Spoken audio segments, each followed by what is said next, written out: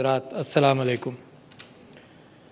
آج اسلام آباد کے اس پرسکون ماحول کے اندر اقتصادی تعاون تنظیم اور پیکو کی پارلیمانی اسمبلی کی دوسری جنرل کانفرنس میں ECO کے ارکان ممالک افغانستان، آذربائیجان، ایران، قازقستان، کرغزستان، پاکستان اور تاجکستان اور ترکمنستان، ترکی اور ازبکستان کے اراکین پارلیمنٹ اور ان کے وفود کا خیر مقدم کرتے ہوئے مجھے بہت خوشی ہو رہی ہے۔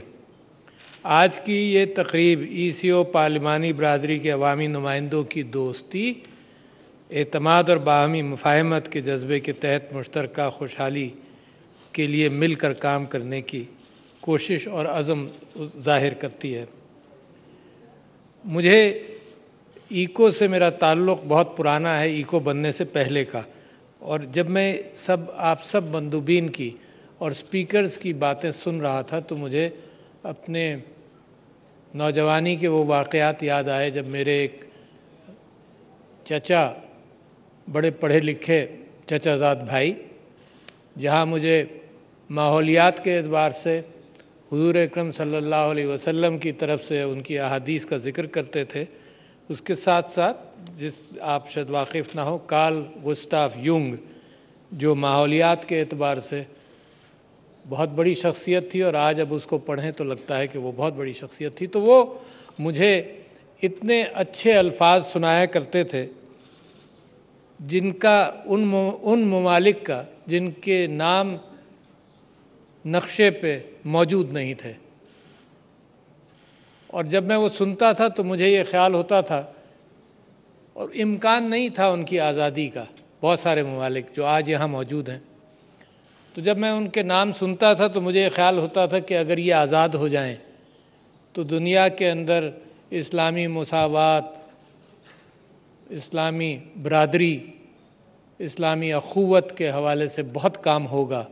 تو اللہ کا احسان ہے کہ آج بیٹھے بیٹھے مجھے وہ سب یاد آ رہا تھا کہ جو خواب ہم دیکھتے ہیں اس کی تعبیر اللہ سبحانہ و تعالیٰ اس کی تعبیر کا بھی اہتمام کرتا ہے، مگر بلا وجہ نہیں ہوتی وہ تعبیر ہوتی ہے محنت کے ساتھ، وہ تعبیر ہوتی ہے پہلے آپ نیت کرتے ہیں، پہلے آپ تقاریر کرتے ہیں، پہلے آپ ایک دوسرے کو تیار کرتے ہیں اور اس کے بعد اس پر عمل کرتے ہیں۔ اچھا، اور دنیا کے اندر اس بات کی بے انتہا سخت ضرورت ہے کہ ایک اشتراک پیدا ہو قوموں کے درمیان، خاص طور پر مسلم امہ کے درمیان۔ کیونکہ مسائل بہت بڑے ہیں، کیونکہ میں سمجھتا ہوں کہ پچھلے 60-70 سال میں اگر کسی قوم نے سفر کیا ہے اور مشکلات سے گزری ہے وہ مسلم امہ ہے، جس نے لاکھوں جانیں جس کی قربان ہوئی ہیں دنیا کی سپر طاقتوں کی رائیولریز کے اندر، اور خود ہم اپنے آپ کو جب سنبھالا نہیں دے سکے تو اس کی وجہ سے جو ہمارا حشر ہوا۔ مگر یہ مسلم امہ کے وسائل کے اعتبار سے اور علم کے اعتبار سے، اور خاص طور پر جب آپ ایکو کو دیکھیں تو مشترکہ تاریخ، ثقافت، مذہب اور تجارت کے قدیم رستوں اور راستوں کے اور بندھے ہوئے ہیں ہم ان سب چیزوں کے اندر، تو یہاں مجھے امید نظر آتی ہے۔ اس وقت جب دنیا کے معاملات ہم دیکھتے ہیں تو ہماری یہاں کی طاقت، ریجنل طاقت تو یہاں موجود ہے، اس کے اوپر بھروسہ کرتے ہوئے جہاں پر ذکر ہوا کہ 8 ملین اسکوائر کلومیٹرز ایکو میں ہیں، ذکر ہوا کہ 500 ملین افراد ان قوموں میں بستے ہیں، ذکر ہوا کہ یہ 5% کا لینڈ ماس ہے دنیا کا اور 6% آبادی کا ماس ہے، اور یہ تو بہت بڑی طاقت ہے، ابھی اس میں اور دوسرے ممالک کا ذکر بھی نہیں ہے، تو بہت بڑی طاقت ہے۔ اور اس وقت دنیا کا حال کیا ہے؟ یعنی جو فورمز ہیں، آپ نے ایک بڑی اچھی فورم ایکو کے نام سے بنائی ہوئی ہے، دنیا کی فورمز اس وقت اقدار سے عاری، مورالٹی کا ذکر نہیں ہے، اور ویسٹڈ انٹرسٹ اور اپنے مطالب کی بنیاد پر، ضروریات اور خواہشات کی بنیاد پر اکٹھا ہوتے ہیں، اخلاقیات کا اس میں کوئی ذکر نہیں ہے۔ تو لہٰذا اس وقت دنیا کو کیا ضرورت ہے؟ اس وقت دنیا کو ضرورت اس لیڈرشپ کی ہے جو انسانیت والی لیڈرشپ ہو۔ اس وقت دنیا کو وہ ضرورت ہے اس بات کی جو انقلاب میرے نبی صلی اللہ علیہ وسلم لے کر آئے، جس میں انسانیت کو اہمیت دی، جس میں ماحولیات کو اہمیت دی، جس میں اس بات کا ذکر ہوا۔ دیکھیے آج آپ نے سب نے ذکر بیماری کا کیا، کووڈ کا کیا، انسان کے اوپر جو مشکلات آئی ہیں ان کا ذکر کیا، اس میں ماحولیات تو بڑی اہم ہے۔ تو میرے نبی صلی اللہ علیہ وسلم ماحولیات کی بات جب پانی بہت تھا تب بھی ذکر کیا کہ دریا کے ساتھ بھی وضو کرو تو احتیاط کے ساتھ کرو، خود اپنے اوپر کفایت کرتے تھے۔ آج کل ویسٹ کا ماحول ہے، تو جو اور اخلاقیات اور انسانیت اور انصاف، یہ بنیادیں بنی مسلمان معاشرے کی۔ جیسے جیسے مسلمان معاشروں نے ان بنیادوں کو چھوڑا ہے تو دوسری قوموں نے ہمارے ساتھ وہ کیا جو ترقی یافتہ قومیں کمزوروں کے ساتھ کرتی ہیں۔ جب آپ آج دنیا میں بات کرتے ہیں کہ ظلم روک دو، ہمارے اوپر ظلم کیوں ہے؟ ہمارے اوپر اقدار کے اعتبار سے ڈبل سٹینڈرڈز کیوں ہیں؟ تو دنیا آپ کی بات سنتی بھی نہیں ہے۔ جب ناموس رسالت کے حوالے سے، بلیسفمی کے حوالے سے جب آپ دنیا کو کہتے ہیں کہ اظہار رائے کا مطلب یہ نہیں ہے کہ تم ہمیں تکلیف پہنچاؤ، تو دنیا آپ کی سنتی نہیں ہے، کیونکہ ہم کمزور ہیں۔ مگر یہ بتا دوں، اگر کمزور ہیں تو طاقتور بھی ہوتے جا رہے ہیں۔ دنیا نہیں سنتی آپ کی۔ پھر دنیا کو آپ کہتے ہیں کہ تمہارے ہاں ڈبل سٹینڈرڈز ہیں، تم ہولوکاسٹ کے بارے میں یورپ کے اندر گفتگو کرنے سے روکتے ہو، اور جو گفتگو اس کو چیلنج کرے گا اس کو سزا دینے کے لیے تیار ہو۔ تمہارا قانون کہتا ہے۔ کیوں کہتا ہے؟ اس لیے کہ وہ آپ کے ضمیر پر بھاری ہے۔ اس لیے قانون سزا دیتا ہے کہ کوئی اس سے انکاری کرے گا تو وہ آپ کو تکلیف دہ آپ کے لیے ہوگی۔ اور جب ہم کہتے ہیں کہ ہمارے نبی صلی اللہ علیہ وسلم جو زندگی میں ہمیں سب سے زیادہ عزیز ہیں، ان کے خلاف اگر تم بات کرو گے تو ہمیں تکلیف ہوتی ہے، تو وہ آپ کی سنتی نہیں ہے دنیا۔ تو لہٰذا جہاں آپ مختلف چیزوں سے گزرتے ہوئے، آپ کن کن چیزوں سے گزرے ہیں؟ دہشت گردی سے گزرے ہیں، آپ کے اوپر الزامات لگے۔ اس دہشت گردی کے چکر میں جو اصلی تحریکیں تھیں آزادی کی، ان کو بھی دہشت گردی کے فریم ورک کے ساتھ دیکھا گیا۔ ہندوستان دنیا کو یہ کہتا رہا کہ جو کشمیر کی آزادی کی جستجو ہے اس کے اندر دہشت گردی ہے۔ فلسطین کی آزادی کے حوالے سے اسرائیل کہتا رہا دہشت گردی ہے۔ تو لہٰذا ہمارے اوپر تو جو آزاد ہونا چاہتے تھے، جن کے ساتھ ظلم تھا، جن کی زمینوں پر قبضہ کیا گیا تھا، ان کے اوپر دہشت گردی کا لیبل لگا کر اس چیز کو دبا دیا گیا۔ پھر ہمارے ہاں خود کچھ مسائل پیدا ہوئے جس میں عدم برداشت، انٹالرنس ایک بہت بڑا مسئلہ ہے۔ ہمیں کوشش کرنی پڑے گی آپس میں بھی، انسانیت کے اعتبار سے جو عدم برداشت کی کیفیت ہے، یہ معاملات کو چلنے نہیں دیتی، ان قوموں کو ترقی نہیں کرنے دیتی۔ تیسری بات جس سے آپ گزرے ہیں اور پاکستانی قوم بھی گزری ہے، وہ ایک انتہا پسندی کی کیفیت ہے، جس کے اندر مذہب کے انٹرپریٹیشنز کے اندر بھی ایک ایکسٹریمز کی طرف ہم گئے، اور ہم نے یہ دیکھا کہ دنیا کو اسلام کا وہ رخ دکھایا گیا جو حقیقت سے دور تھا۔ یہ مسائل موجود ہیں۔ اس کے ساتھ ساتھ ماحولیات کے مسائل، اس کے ساتھ ساتھ کووڈ-19 کے جو مسائل ہوئے، اس نے دنیا کو ہلا کر رکھ دیا۔ ہمیں اور آپ کو تو اندازہ بھی نہیں تھا، پتہ بھی نہیں تھا۔ ہم تو یہی پڑھ کر تعجب کرتے تھے کہ الم تر کیف فعل ربک باصحاب الفیل، کہ ابابیل کے منہ میں کنکریاں ہوں گی، اس سے بھی ہاتھی مر جاتے ہیں۔ تو اللہ نے قدرت اپنی دکھائی کہ جو تم سوچتے تھے کہ ہو سکتا ہے نہیں ہو سکتا، تو وہ ایسا وائرس کا جس کو اگر جمع کیا جائے تو ایک کین کا آدھا بھی بھرا نہیں جا سکتا، ساری دنیا کا وائرس اگر جمع کر لیں، اس نے انسانیت کو ہلا کر رکھ دیا۔ تو ضرورت اس بات کی ہے کہ جہاں ماحولیات کے اعتبار سے آپ بات کریں تو کم سے کم دنیا کے اندر جو آپ کے متعلق سوچ ہے اس کا بھی مقابلہ کریں، جو تعصب آپ کے خلاف ہے اس کا بھی مقابلہ کریں۔ اور وہ کیسے ہوتا ہے؟ وہ الفاظ کے ذریعے، وہ آپ کی آؤٹ ریچ کے ذریعے، وہ سوشل میڈیا کے ذریعے، وہ ٹیلی ویژن کے ذریعے، وہ آپ کے اچھے کاموں کے ذریعے ہوتا ہے۔ اور اس وقت دنیا کے اندر آپ مسلمان ممالک نے یہ بات اب شروع کی ہے کہ دنیا کو بتایا جائے کہ بلاسفیمی کیا ہے، اسلام و فوبیا کیا ہے۔ اچھا، اسلام و فوبیا صرف یہ ذکر کی بات نہیں ہے کہ تکلیف ہمیں پہنچی، اسلام و فوبیا کی بنیاد پر قوموں کی پالیسیز بن جاتی ہیں، اور کبھی کبھی قوموں کو اگر احساس ہوتا ہے تو اس کا ذکر نہیں ہوتا، مگر قوموں کی انٹرنیشنل پالیسیز کے اندر مسلمان ممالک کے ساتھ ایک تعصباتی کیفیت رہی ہے۔ اور کچھ لوگ یہاں بیٹھے ہوئے ہیں، کچھ لوگ اس بات سے واقف ہیں کہ ان کے ممالک کے ساتھ بھی وہ کیفیت رہی ہے۔ جب وہ یورپین یونین جوائن کرنا بھی چاہتے تھے تب بھی ان کے ساتھ جو سلوک کیا گیا وہ مختلف تھا۔ اب کووڈ کے حوالے سے مثال کے طور پر میں آپ سے کہوں کہ دنیا کے اندر بہت اس کا پریشر رہا۔ پاکستان نے ایک انوکھی اس کے اندر جستجو رکھی ہے۔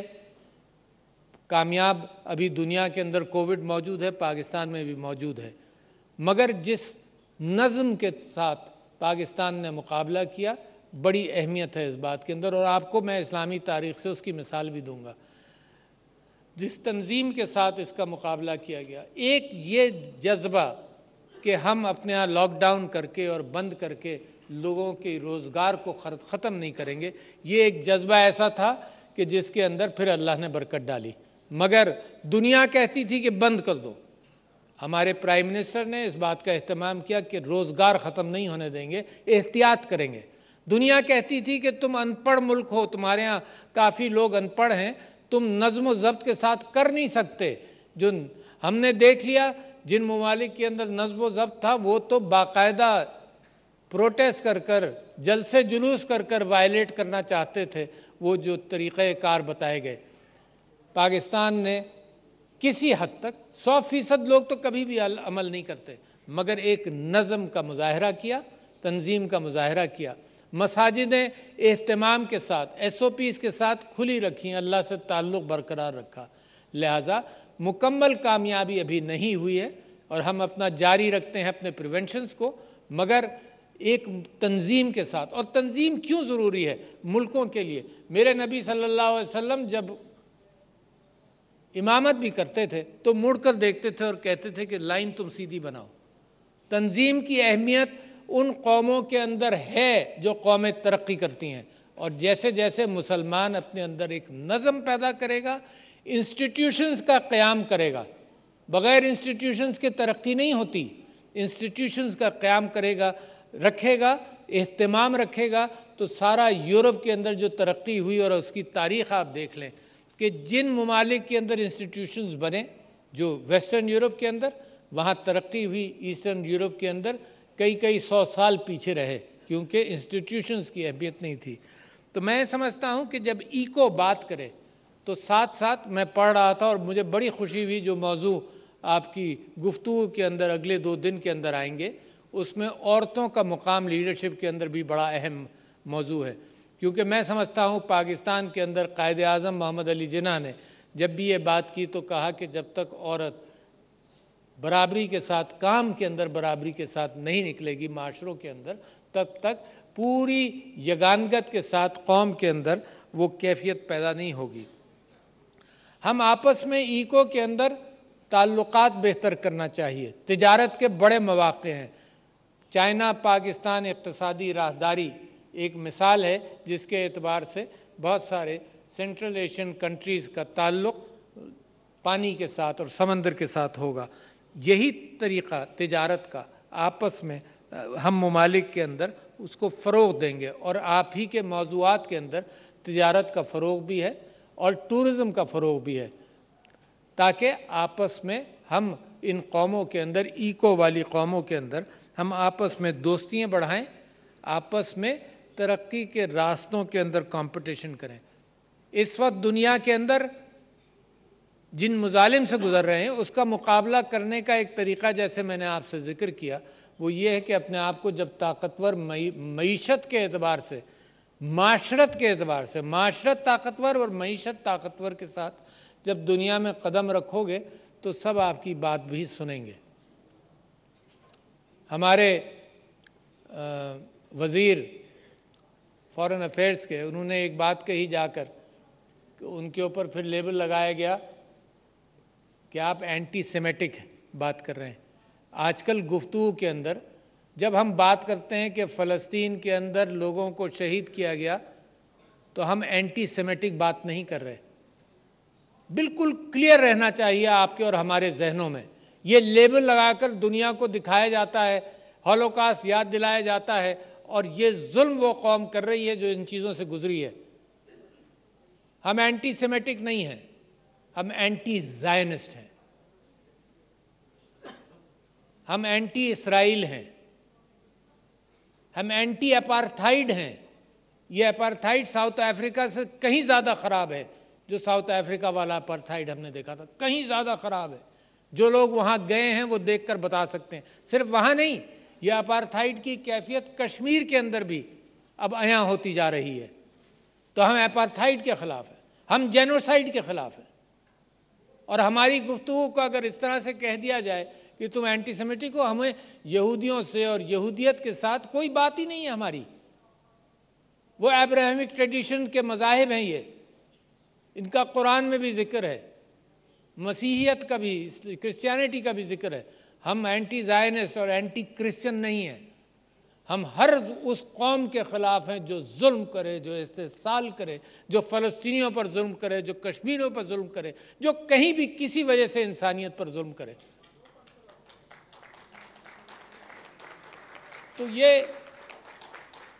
تو میں یہ سمجھتا ہوں، اور میں آپ سے یہ کہنا چاہتا ہوں کہ میرے اور آپ کے خواب اور ایکو کے خواب ہیں بہت، اور ان خوابوں کے لیے تعلیم کا ضروری ہے کہ تعلیم ہو، ان خوابوں کے لیے ضروری ہے کہ ہم اشتراک کے ساتھ دنیا کی پالیسیز کے پر اثر انداز ہونے کی کوشش کریں، اور اس کے بغیر انسانی مساوات اور انسانی انصاف کا امکان نہیں ہے۔ دنیا کے اندر جیسے میں نے آپ سے ذکر کیا، اس وقت institutions are not based on morality, they are based on vested interest، اور اس وقت دنیا کو اس لیڈرشپ کی ضرورت ہے۔ تو یہ باتیں جو میں آپ سے کہتا ہوں، تو اس کے ساتھ ساتھ میں سمجھتا ہوں کہ آپ کے جو 2 دن کے کانفرنس ہوگی، اس میں سے بہت اچھی چیزیں نکلنے کا امکان ہے۔ سیشنز کا آغاز ہو چکا ہے۔ مجھے یقین ہے کہ شرکاء آپس میں بامقصد گفتگو کریں گے، بامقصد ایسے کاموں کی نیت کریں گے جس کو آپ امپلیمنٹ بھی کریں گے۔ یہ یاد رکھیے گا کہ کبھی کانفرنسز ایسی ہوتی ہیں، بیٹھتے ہیں، گفتگو کرتے ہیں اور برخاست ہو جاتے ہیں۔ تو مجھے یقین ہے کہ جس طرح سے مسلمانوں کے اندر نشاط ثانیہ کی کیفیت پیدا ہو رہی ہے، تو اب آپ جو ڈیلیبریشنز کریں گے ان پر عمل کرنے کے لیے بھی بہت سارے کام کریں گے۔ میں یہ شکریہ ادا کرنا چاہتا ہوں ازبیکستان کا کہ انہوں نے پیکو کے چارٹر کو سائن کیا، اور افغانستان کا کہ جنہوں نے چارٹر ریٹیفائی کیا۔ اور افغانستان کے حوالے سے میں یہ بات کہہ دوں کہ ہم سب دعا گو ہیں کہ افغانستان میں امن آئے۔ میرے بھائیوں نے بے انتہا قربانیاں دی ہیں۔ میرے بھائی 30-40 سال سے بڑے حالات کی خرابی سے گزرے ہیں۔ سب سے زیادہ نقصان افغانستان کا ہوا، سپر پاور رائیولریز ان کے چلائی جاتی رہیں، اور اس کے بعد دوسرا نقصان پاکستان کا ہوا کہ وہاں سے بہت سارے ریفیوجیز پاکستان میں آج بھی قیام رکھتے ہیں۔ اور میں ترکی کا بھی ذکر کرنا چاہتا ہوں کہ انہوں نے بھی شام سے بہت سارے ریفیوجیز کے لیے دل کھول کر انہوں نے ان کو پناہ دی۔ دنیا بات کرتی ہے، صرف دنیا ہیومینیٹیرین ایشوز پر ہمیں نصیحت کرتی ہے، مگر جب ریفیوجیز جاتے ہیں تو ان کو میڈیٹرین میں ڈوبنے دیا جاتا ہے، ان کو پناہ نہیں ملتی۔ یہ مسلمان ہے جس نے مثال قائم کی ہے کہ ہم ریفیوجیز کو ہیومینیٹیرین گراؤنڈز پر ویلکم کرتے ہیں۔ تو آپ یاد رکھیے، یہی چیزیں ہیں جو قوموں کو بڑا کرتی ہیں۔ اس کے اندر جو قیمت لوگوں نے ادا کی وہ کوئی قیمت نہیں ہے، وہ جو اخلاقی طاقت آپ کو حاصل ہوئی ہے۔ میں آپ کو بتا رہا ہوں نا کہ اس وقت میں کمپیریزن کرتا ہوں، جب بھی یورپ اور ویسٹ کے لوگ آتے ہیں میں ان سے کہتا ہوں کہ تم لوگ امیگریشن ریفیوجیز کے حوالے سے دیواریں کھڑی کرتے ہو اور ہم نے انسانیت کا ثبوت دیا، تو ہم امید کرتے ہیں انشاءاللہ، دعا کرتے ہیں، کوشش کریں گے کہ افغانستان کے اندر امن آئے، ان کے اپنے خواہشات کی بنیاد پر، اپنی نیگوسیشنز کی بنیاد پر وہاں پر امن آئے، کیونکہ افغانستان کو بہت فائدہ ہوگا اس امن کا، ظاہر ہے وہ بھی جانتے ہیں، ہم بھی جانتے ہیں، دنیا جانتی ہے، اور دوسرے نمبر پر پاکستان کو فائدہ ہوگا۔